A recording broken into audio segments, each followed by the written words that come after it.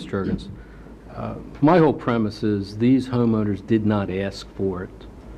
They had a home, everything's working well. They're going to get a letter that says, since somebody's building a development down the street, and surprise, there's now water and sewer, you got a $5,000, a $10,000, a $15,000 bill that you got to pay in 6 months, 5 years, it doesn't matter. And you got to pay for it before we'll connect you. You're not getting it before. You got to pay it in full before we connect you. That's not fair. To Mrs. Ritter's question, this all came out on Friday night, 6, 7 o'clock at night.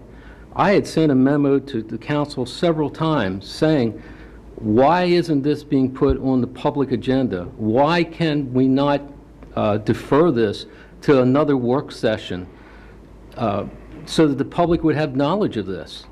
But this is a rush. I think that this needs to be talked about. The change is mandatory. I think the ordinance is great. Dr. West's stuff, defining one home and residences.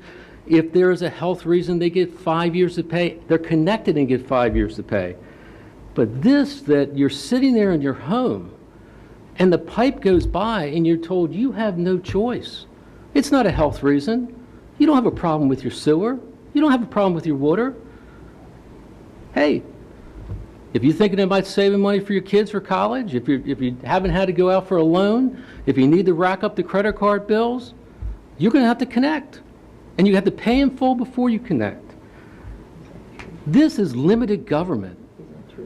If it's not public safety, if it's not a health problem, then they should be free to choose.